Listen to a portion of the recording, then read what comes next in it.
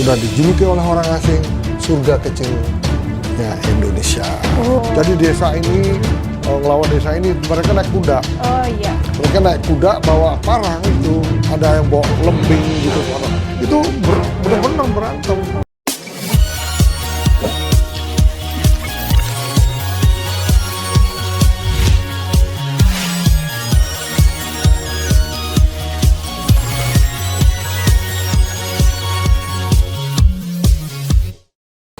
Halo semuanya. Oke, kali ini kita bakal berbincang-bincang kembali tentang topik-topik yang terkini. Nah, tentunya kita bakal berbicara bersama Mr. Puisi. Tepuk tangan dulu.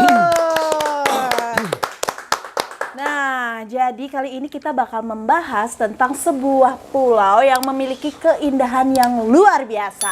Nah, Mr. Puisi, gimana kabarnya hari ini? Kabarnya baik, kedengarannya kita sekarang membicarakan mengenai masalah budaya-budaya yang ada di sebuah pulau. Iya, gitu benar. Nah, dengan clue itu, jadi kita hari ini akan membahas Sumba. Nah, berbicara tentang Pulau Sumba nih, Mr. Puisi. Apa yang Mr. Puisi ketahui tentang pulau itu? Sumba, Iya. kenapa Sumba sudah sangat dikenal saat ini? Iya. Padahal Sumba itu tidak merupakan 5 skala prioritas yang akan dibangun, yang akan dipromosikan oleh Menteri Pariwisata kita, oleh pemerintah kita. Iya. Kenapa Sumba sudah melejit tanpa akan dipromosikan oleh negara? Kenapa dia melejit sendiri dan sudah cukup lama melejit sendiri? Iya. Kenapa? Karena Sumba sudah dijuluki oleh orang asing surga kecilnya Indonesia. Oke. Gitu loh. Surga kecil Indonesia ada di Sumba, gitu loh. Wah, oke. Nah, Mr. Puisi, apa aja sih yang membuat si Sumba ini, Pulau Sumba ini menjadi sebuah pulau indahnya gitu di Indonesia? Apa yang membuat dijuluki sebagai tempat itu? Kita lihat historisnya. Iya. Kenapa Pulau Bali paling dulu dikenal oleh orang asing? Iya. Justru dulu orang lebih mengenal Pulau Bali daripada Indonesia. Iya, benar. Kenapa? Bali dikenal bukan karena lautnya yang indah, bukan karena pantainya, bukan karena gelombang laut yang untuk surfingnya, tetapi Bali dikenal karena budayanya. Iya, Gitu benar. loh. Nah, akhirnya pemerintah juga cukup jeli. Tempat-tempat 5 lokasi skala prioritas yang akan dikembangkan, kebetulan itu di tempat-tempat yang budayanya ya sangat kental. Iya. Nah, pemerintah sudah mempelajari bahwa kenapa Pulau Bali bisa hebat. Kenapa pulau-pulau kecil yang budayanya juga tidak kalah dengan budaya-budaya Bali. Kenapa tidak hebat? Untuk itu pemerintah sekarang mulai menggalakkan 5 kepulauan yang harus digerakkan, merupakan prioritas untuk digerakkan sehingga pariwisatanya maju. Apa aja itu? Contohnya Lombok. Iya. Lombok dengan Mandalikanya sudah mulai bergulir, bergerak. Iya, benar. Nah, apalagi di sana banyak sekali tempat-tempat yang indah. Iya. Kemudian Yogyakarta, kenapa dikembangkan? Nah, karena Yogyakarta dengan budayanya juga cukup kental. Di situ pusatnya kerajaannya dulu, ada candi-candi, Borobudur, Prambanan, dan candi-candi lainnya. Nah, itulah kenapa, walaupun di Jogja kan sudah rame, kenapa harus menjadi skala prioritas loh? Ramenya tuh masih banyak terlalu penduduk lokal. Benar. Bagaimana asing harus melirik ke sana seperti melirik Pulau Bali. Sehingga Yogyakarta, kemudian Lombok, kemudian Likupang. Likupang kenapa bukan skala prioritas pemerintah? Di Likupang itu selain pantainya sangat indah, juga yang terkenal juga ahli pembuat perahu-perahu, kemudian pinisi dan lain-lain. Di situ juga sangat kental dengan budaya zaman dahulu kala. Itu di situ bisa dikembangkan Toraja. Toraja juga sudah sangat dikenal oleh bangsa luar karena juga budayanya. Tetapi kenapa nggak berkembang? Ya itu belum dilihat oleh pemerintah. Kalau Pulau Bali wajar udah sejak lama sekali. Pulau Bali sejak lama tanpa dibantu pemerintah sudah duluan dilirik oleh orang-orang Belanda. Sehingga banyak orang-orang asing tinggal di Bali khusus untuk melukis. Contohnya namanya Hofker, ya, Ari Smith dari Belanda, kemudian lagi Antonio Blanco malah tinggal di Bali nggak mau pulang-pulang. Nah itulah Erbonet, nah, itu pelukis-pelukis Belanda yang sangat mahal lukisannya. Nah itu mereka yang pertama mempromosikan Pulau Bali melalui karya-karya seninya. Nah kemudian ada lagi setelah Likupang Danau Toba. Nah kenapa Danau Toba merupakan skala prioritas? Juga Danau Toba ini merupakan masyarakatnya zaman dahulu ini yang merupakan suku Batak. Nah di mana suku Batak ini juga sangat tradisional dan sangat primitif sekali itu. Langsungnya coba kita lihat. Kalau kita lihat di buku-buku ya yang sangat primitif, buku Batak primitif, Nias.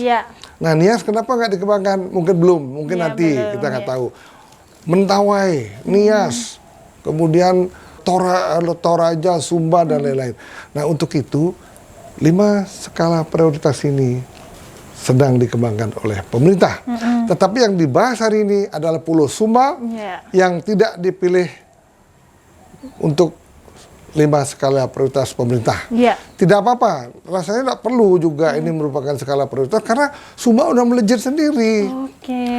Sumba merupakan sorga kecil Indonesia, sudah melejit sendiri. Nah, tahun berapa? Tahun 2015, orang Amerika udah ke sana. Orang Amerika udah ke sana. Sekarang setahu saya kebetulan berkunjung ke sana, tanah di Sumba udah diserbu oleh orang-orang asing. Sekarang saya dengar, saya punya kawan, itu namanya Yokwan, itu desainer arsitektur yang sangat mendunia. Mereka yang membuat Begawan Giri dulu, ya, yang kerjasama dengan Inggris. Kemudian dia yang membuat Nihiwatu di Sumba. Nah, dia yang pertama mempromosikan, membuat Nihiwatu, kemudian investornya dari Amerika membuat suatu villa yang unik, tapi beda dari yang lainnya. Itu semua yang ditampilkan di villa itu ada culture-nya Sumba. Jadi tidak perlu pakai marble dan lain, tidak perlu, malah nggak laku di sana. Mereka menggunakan kayu-kayu yang memang merupakan kayu peninggalan budaya Sumba saat itu, menggunakan batu-batu megalitik, segala macam. Sehingga itu yang ditonjolkan, culture-nya yang ditonjolkan, budayanya yang ditonjolkan. Sehingga orang Amerika udah duluan membuat Nihiwatu. Pantainya begitu indah, begitu menawan. Waduh, saya juga melihat waktu itu sangat luar biasa. Perkembangannya juga sangat luar biasa. Kemudian dengan Nihiwatu, sekarang ada investor orang Indonesia membuat Lelewatu. Lelewatu. Ya, sebetulnya tidak kalah dari segi desain, dari segi pantainya, sebetulnya tidak kalah. Tapi kalau sifatnya meniru, menjiplak, mirip sekali, ya rate-nya jauh kalau kita bandingkan dengan rate sewa hotel Nihiwatu dan Lelewatu. Mungkin Lelewatu dengan 3 juta kita udah tidur bisa di sana. Coba ini Nihiwatu dengan konsep yang mirip, view yang sama, pantai yang sama, kemudian mereka lebih dulu. Berapa harga hotel situ? Satu villa mungkin sampai 15-20 juta. Ada yang 100 juta ada. Nah sekarang sudah dikembangkan, dulu belum banyak villa-villa, sekarang sudah dikembangkan sekali. Karena luas tanah yang dikembangkan di sana mungkin sampai 50 hektar ya. Berarti untuk saat ini di Sumba itu udah ada hotel ya Mr. Visi, maksudnya hotelnya yang dibuat serupa dengan budaya di sana kayak gitu. Ya nantinya dengan promosi yang dilakukan oleh Yokwan, arsitektur kelas dunia ini, kalau tidak salah mereka sudah membawa grup dari Singapura, grupnya Ong Beng Seng udah masuk sana, grup Four Seasons udah masuk ke sana. Nah, tetapi sayang pada waktu grup Singapura tuh berduyun-duyun masuk ke sana, tiba-tiba COVID. Oh. Nah, sebagai informasi, mereka sudah membebaskan puluhan, mungkin 100 hektar sudah membebaskan di sana. Makanya kalau tidak ada COVID mungkin Sumba itu meledak ya, yakin ya. Nah, saya kebetulan juga adalah tanah kecil-kecilan di sana, jadi mudah-mudahan juga bukan ikut-ikut ya, kita juga mau melestarikan budaya apa namanya yang ada Sumba itu di museum saya. Nah, barang-barang Sumba itu banyak sekali di museum saya. Oke, nah mungkin nih dari tadi saya sebenarnya terkecoh nih Mr. Puisi dengan barang-barang yang ada di depan ini. Apakah ini salah satu peninggalan gitu dari Sumba itu sendiri? Jadi gini ya, di Sumba itu dulu menganut animisme. Oke. Sebelum ada agama masuk sana. Sekarang sudah banyak Kristen, ada juga Muslimnya, ada juga orang Bali juga ada di sana. Nah, bagaimana caranya kita mengembangkan Pulau Sumba ini? Jangan hanya orang asing saja mengembangkan, kita ketinggalan kereta. Benar. Makanya kita harus menggali budayanya. Nah, saya juga kebetulan saya mempunyai museum tribal art. Jadi museum barang-barang primitif. Coba kita pikirkan baik-baik. Di mana ada lokasi-lokasi yang banyak orang primitifnya. Disitulah lokasi yang luar biasa indahnya. Pantainya putih, walaupun daerahnya kering, tetapi karena ada warisan budaya zaman dahulu, barang-barang primitif di situ, sehingga dikejar oleh orang-orang asing. Nah, sekarang kita bisa nggak mendapatkan barang-barang tribal art dari Sumba yang sangat umurnya mungkin 500 tahun? Nggak bisa. Susah. Nah, sedangkan yang kita bisa hanya ngelihat dari bukunya. Ini namanya Mamuli. Ini Mamuli namanya itu. Ini sangat terkenal di India. Kita dan Mamuli ini juga sangat terkenal dan di Sumba ini sampai dijadikan buku gitu loh. Ini buku ini semua mengenai barang-barang antiknya Sumba. Dari Sumba segala macam ini. Nah, orang asing udah membuat buku ini. Ya kan? Jadi kita harus jangan ketinggalan. Kenapa kok orang asing yang membuat buku seperti ini? Belum lagi buku ini coba. Jauh ini tribal art Indonesia. Coba. Nah, luar biasa. Jadi buku-buku ini banyak sekali yang ada. Ini tribal art Indonesia. Itu dari mana Mr. Puisi? Di sini Indonesia, seluruh Indonesia ini ada dari Nias, Mentawai, Batak, Nias. Nah, patung-patung Nias sama Batak inilah kalau di Christie pada saat pelelangan itu mahal sekali. Bisa satu patung dijual $1 juta. Patung aja. Nah, seperti kita punya di museum kita juga ada patung yang mahal-mahal juga ada. Waktu itu kita beli murah. Saya ada patung Anadeo dari Flores. Kita tukar dengan upacara adat di situ, kita ambil. Tidak bisa kita beli. Nggak dilarang, kemudian kita minta, tapi ganti dengan patung baru dan upacara adat. Itu habisnya hampir 400 juta dulu, satu pasang. Berarti tidak bisa diperjualbelikan. Nggak bisa, tetapi banyak pencurian-pencurian dilakukan oleh orang, kemudian dijual kepada orang asing. Nah, sekarang tribal art Indonesia itu paling banyak ada di Belanda sama di Prancis. Di Louvre, di Belanda, museum Belanda paling banyak. Nah, kenapa dia memindahkan dari Indonesia ke Belanda, ke Eropa ya? Karena itulah mereka lah memburu tempat-tempat primitif Indonesia, karena di situ budaya sangat unik, primitif. Nah, apalagi di sana ya itu rumahnya, itu rumah adat Sumba. Rumah adat Sumba ya. Nah, kenapa kita berbicara mengenai budaya adat? Nah, itulah cikal bakal kenapa Sumba akan diserbu orang dan sudah diserbu orang. Nah, karena apa? Surga kecilnya Indonesia. Surga kecilnya bukan karena keindahan alamnya, bukan karena keindahan pantainya, bukan karena ada danau-danau ataupun air terjun yang sebegitu indah. Di samping itu dengan keindahan alam yang luar biasa yang menjadi focal point daripada Pulau Sumba itu adalah culture-nya, Oke. budayanya. Iya. Coba kita lihat nanti rumah adat Sumba. Iya. Sebetulnya tuh mirip-mirip dengan joglo, Iya, joglo Jawa iya, ya. iya, Tapi iya. joglo Jawa tuh ya dia kan bentuknya begini, Iya. segi empat sama. Tapi kalau Sumba itu tinggi, Iya. kayak menara. Iya. Ya tinggi sekali, turun dulu, habis itu kecil sama. Bentuknya sama dengan joglo, cuman dia ada menara super tinggi. Menara tinggi. Tapi mereka di sana menggunakan alang-alang. Oke. Jerami. Nah kalau di Jawa zaman dulu ya banyak orang pakai genteng, Iya. pakai seng, tapi tidak menggunakan jerami. Iya. Nah itulah ada filosofinya juga itu. Oke, Kenapa? apa itu filosofi? Kalau rumah Sunda itu yang tinggi menaranya itu simbol daripada roh-roh orang-orang bangsawan itu yang sudah meninggal. Jadi iya. jadi itu simbol roh orang-orang raja itu, Orang-orang tinggi ya. orang tinggi. Kemudian itu terdiri menara, tengah dan dasar. Nah di tengahnya itu digunakan untuk tinggal, untuk upacara dan Iya. lain-lain. Nah itu tempat-tempat culture-nya Iya. Sumba itu yang sangat terkenal. Gitu. Iya. Nah kenapa bukan rumah-rumah adatnya juga?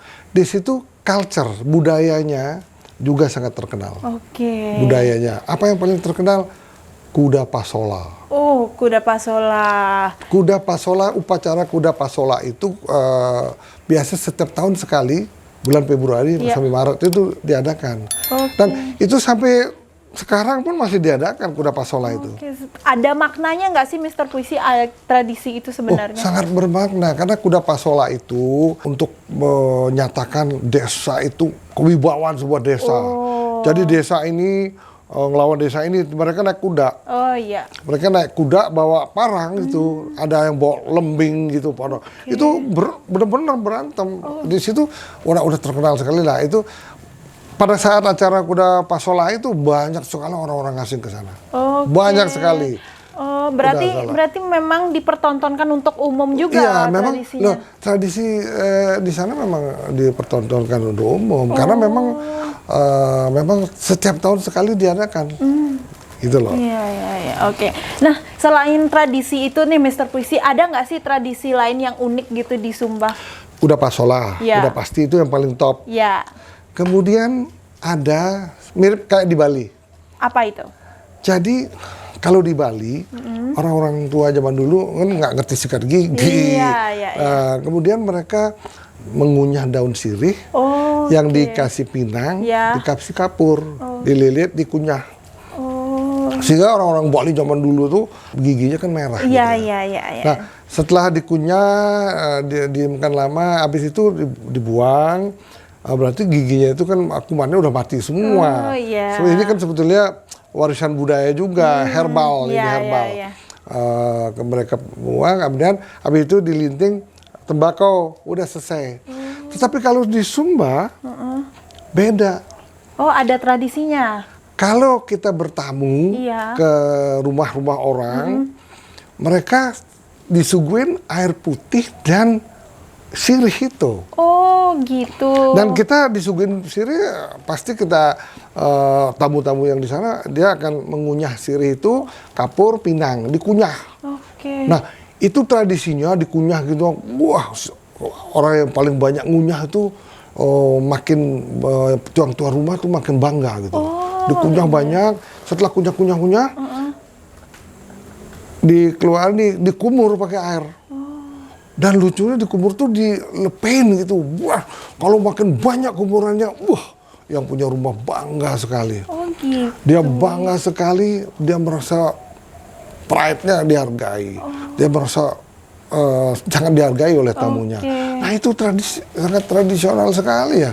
Kan justru kalau kita di sini kan jijik gitu. Iya. Kalau sekarang kan nggak mungkin gitu loh. Berarti sama halnya seperti kita bertamu ke rumah orang, dikasih suguhan dan harus dinikmati ya, Mr. Puisi? Ya dinikmati dan kita menghargai orang, dan di situ semua orang zaman dulu kan ngunyah sirih kan. Apakah itu berlaku untuk semua kalangan? Maksudnya anak muda kayak gitu tetap? Iya, waktu zaman dulu, tapi sekarang sudah enggak. Mungkin sekarang gantinya rokok, kita nggak tahu ya itu loh. Kita nggak tahu. Okay. Sekarang udah masih di kampung-kampung sekali masih ada. Nah kemudian yang unik lagi nih, cium-ciuman hidung. Oh, kayak cepika-cepiki mungkin ya, sekilasnya mirip cium itu. hidung itu tradisi. Oke. Tradisi ini, nah kalau kita lihat cium-cium hidung ini, ternyata cium-ciuman hidung ini tidak hanya di Sumba aja. Oh, ada lagi di tempat lain. Loh, jadi gini loh, orang Sumba itu sebetulnya orang Sumba kan orang yang NTT ya. Iya. Orang Sumba, kemudian NTT, Papua, kemudian di Maluku, di Maluku, Sumba, pokoknya bagian timur sampai Papua sampai Selandia Baru. Oke. Nah Selandia Baru itu kalau nggak salah namanya suku Maori. Oh, suku Maori. Nah artinya semua yang saya sebutkan tadi itu tradisinya kok sama dengan cium-ciuman hidung itu. Kenapa sama? Berarti itu memang zaman dulu mungkin satu rumpun itu, satu gen itu semua. Sehingga suku Maori ini dari Selandia Baru ini mempunyai tradisi yang sama. Coba Papua. Itu bisa begitu, kita nggak tahu zaman dulu itu mungkin daerah timur itu mungkin belahan daripada itu. Mungkin kayak di Afrika dan lain-lain kan memang tradisinya kan mirip sekali, orang-orang primitif itu kan. Nah itulah maknanya sama, hidung cium-ciuman hidung. Ada lagi selain cium-ciuman hidung ada seserahan. Seserahan itu berlaku pernikahan kah, Mr. Puisi, atau di luar pernikahan seserahan? Nah, seserahan itu kalau di sana namanya tradisi Belis. Belis. Tradisi Belis di sana seserah-serahan. Tapi yang unik itu kalau orang biasa seserahannya paling sapi satu. Tetapi kalau berani ngawinin orang anak raja, waduh itu kalau nggak orang kaya nggak bisa. Seserahannya 40 kuda, plus lagi sapi, kerbau dan lain-lain, ayam. Wah, satu rombongan itu harus diserahkan. Nah kalau nggak diusir, apa lo? Nggak bisa, ini kita keturunan bangsawan. Nah itu, jadi itu masalah itu juga tradisi yang unik juga. Kalau kita serah-serahan juga di sini juga sama. Ada emas, ada orang kaya banyak. Nah itu saya rasa sama. Itu gengsi juga ya. Oke. Wah, berarti memang di Sumba ini karena culture-nya ya Mr. Puisi, makanya membuat dia juga dijadikan sebuah pulau yang merupakan surga kecilnya Indonesia kayak gitu. Diburu karena culture-nya. Di samping keindahan pantai, keindahan pulaunya, keindahan bukit-bukitnya, keindahan air terjunnya dan lain-lain. Tradisinya yang karena orang-orang asing itu terutama orang bule itu ya. Orang-orang Amerika, orang Eropa itu memang sangat mencintai budaya. Iya, benar. Mereka tuh sampai di sana mereka membuat yayasan Sumba. Sumba Foundation. Nah, mereka tuh sangat care. Kasihan dengan anak-anak di sana tuh ada yang nggak makan, nggak bisa sekolah. Mereka membuat yayasan untuk membantu masyarakat di sana. Nah, ini yayasan ini dibuat oleh Nihiwatu. Berarti pemilik Nihiwatu ini selain membuat hotel di Sumba, dia juga membuat sebuah Sumba Foundation gitu ya, Mr. Puisi. Berarti Sumba Foundation ini gunanya untuk apa sebenarnya? Loh, mereka untuk membantu masyarakat yang terkebelakang. Ya, kalau sudah pintar, mungkin mereka disuruh ajarin bisnis, mungkin kerja di hotelnya, membuat apa gitulah. Nah itu sangat harusnya didukung. Nah, selain budaya yang tadi kita bicarakan, ada juga budaya-budaya kerajinan yang dibuat untuk, nah seperti tadi nih, ini mamuli ini. Nah ini mamuli ini fungsinya apa sebenarnya? Ya ini kan sebetulnya mamuli itu untuk dipakai perhiasan. Nah, inilah saya ambil dari museum saya ini ada. Ini mamulinya. Ini emas ini. Ini mamuli. Inilah mamuli. Kemudian ada juga ini anting ini coba segede antingnya segede ini lubangnya itu coba kupingnya. Ini beratnya dia berat sekali. Bisa dipegang Mr. Puisi? Berat sekali ini. Nah, ini saya ambil dari museum. Tapi barang-barang patung gede-gede kita nggak bisa ambil ke sini karena berat. Nah, inilah ya zaman dulu mereka juga membuat ini untuk mungkin tempat air, tempat obat gitu ya. Jadi ya ini umurnya ratusan tahun ini udah. Apalagi mamuli ini mungkin 500 tahun. Nah, ini juga ratusan tahun berapa abad umurnya. Nah, ini salah satu. Sebenarnya banyak sekali ada patung primitif di sana di museum saya.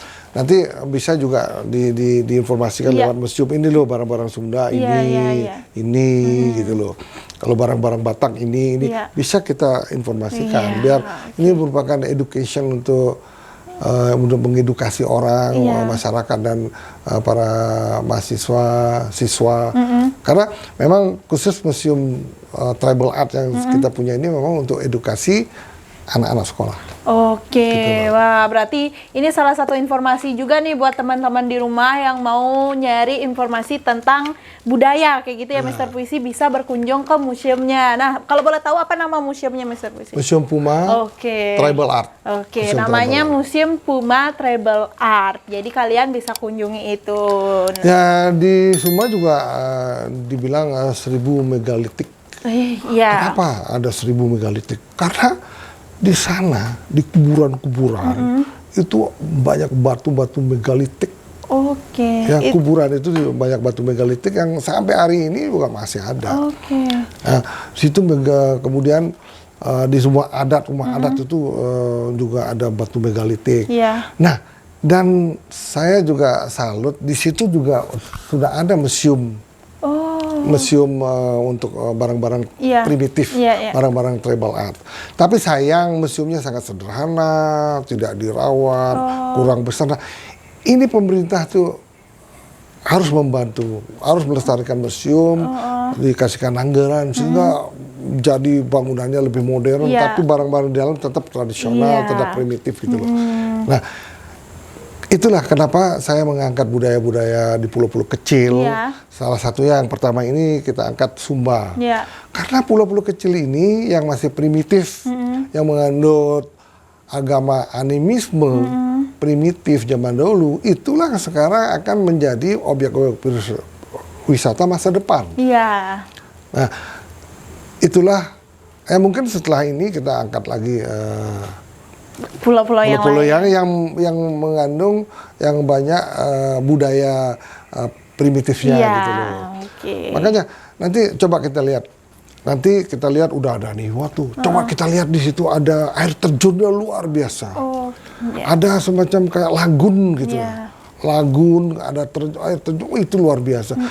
Aduh, jangan sampai ini lari ke tangan orang asing gitu. Pemerintah harus sekali-sekali harus mungkin pemerintah sudah survei ke sana karena di sana dilihat sudah menggeliat dan akan menggeliat lagi. Pemerintah tidak menyentuh itu, pemerintah ingin menyentuh pulau-pulau lain yang budayanya juga kental seperti di Sumba. Wah berarti banyak banget ya hal-hal yang di Pulau Sumba itu yang mungkin menjadi daya tarik tersendiri ya Mr. Puisi untuk para wisatawan kayak gitu. Nah mungkin dari Mr. Puisi ada lagi nggak yang mau disampaikan tentang Sumba gitu? Ya itulah kepercayaan di sana. Sangat masih primitif sampai saat ini pun belum punah. Oh iya benar. Nah kalau punah ya selesai lah orang asing nggak mau ke sana gitu loh. Itu yang rasanya harus digali lagi. Untung kita bisa melestarikan barang-barang dari Sumba begitu banyak ya. Kalau enggak mungkin sudah ada di Prancis, di Belanda. Gitu loh. Nah, Mr. Puisi, kita kan udah banyak banget nih membahas tentang Sumba ini. Nah, sebelum diakhiri, boleh nggak kita minta puisi nih seperti biasa? Jadi kita mau challenge Mister Puisi untuk membuat sebuah puisi gitu. Tapi kita mau pakai kertas. Nanti Mister Puisi sendiri yang milih judulnya. Oke. Bisa minta tolong. Oke. Nah, Mister Puisi bisa pilih sendiri judulnya. Ini isinya judul puisi ya? Iya, ada 100 judul puisi di dalamnya. Oke, saya milih satu. Ya, pilih satu. Oke, nanti setelah tahu judulnya, saya harus membuat puisi Iya. dengan judul yang kita pilih. Iya, benar. Waduh, banyak banget nih. Iya. Waduh. Jadi saya sendiri pun nggak tahu Mister Puisi isinya apa. Oke. Ya, mudah-mudahan dapat yang gampang ya. Ya, seorang Mister Puisi dapat yang susah juga. Siapa tahu bisa mendapatkan yang Apa bagus. lagi nih, coba. Oke. Berarti. Oke, judulnya Berarti. Waduh, ini judul berarti kan bukan judul berarti. Oke. Gimana Mister Puisi? Oke, Apakah sanggup? Sanggup. Oke, tertantang itu Sanggup. sanggup. Gimana? Ketika aku berada di luar kota, merantau sampai ke luar negeri, aku bersekolah dengan tekun, aku mengikuti pelajaran yang begitu indah untuk dibaca dan untuk ditekuni. Aku teringat oleh pacarku di Indonesia. Aku telepon dia, tidak diangkat. Aku SMS juga tidak balas. Apalagi dirasa. Ini berarti bahwa dia sudah tidak mencintai saya. Biarkan dia tidak mencintai saya, tapi alam tetap mencintai saya. Untuk itu, saya berpikir saya akan membesarkan, saya akan melestarikan alam dan budaya ketika saya berada di Indonesia. Oke, tepuk tangan dulu. Gitu. Itu adalah sebuah puisi yang tidak bisa saya pikirkan. Judulnya berarti. Iya. Gimana? Kalau judulnya misalnya indah, Oke. atau suci, Iya. atau ngelamun, Iya. berarti itu judul. Tapi itu siapa yang buat tuh sulit sekali. tuh. Iya, ini dari tim nih Mister Puisi ya. Berarti buat yang buat judulnya ini keren ya Mister Nah, Puisi. tapi saya pikir ketika pacarku cuek, saat berarti dia tidak sayang denganku. Iya, Gitu. oke. Ya. Bisa Ya, sangat kan? cepat memikirkannya. itu loh dalam sedetik menjadi Jadi puisi. puisi, Nah, itu oke. loh. Wah, luar biasa nih Mister Puisi. Hari ini kita udah membahas banyak banget hal-hal yang menarik. Terutama tadi kita udah ngedengerin tentang Pulau Sumba sebagai salah satu surga kecilnya Indonesia. Dan tadi kita udah dengar puisi juga. Jadi buat teman-teman di rumah, jangan lupa like, komen, dan subscribe channelnya Mister Puisi. Sampai jumpa lagi di podcast selanjutnya. Bye-bye!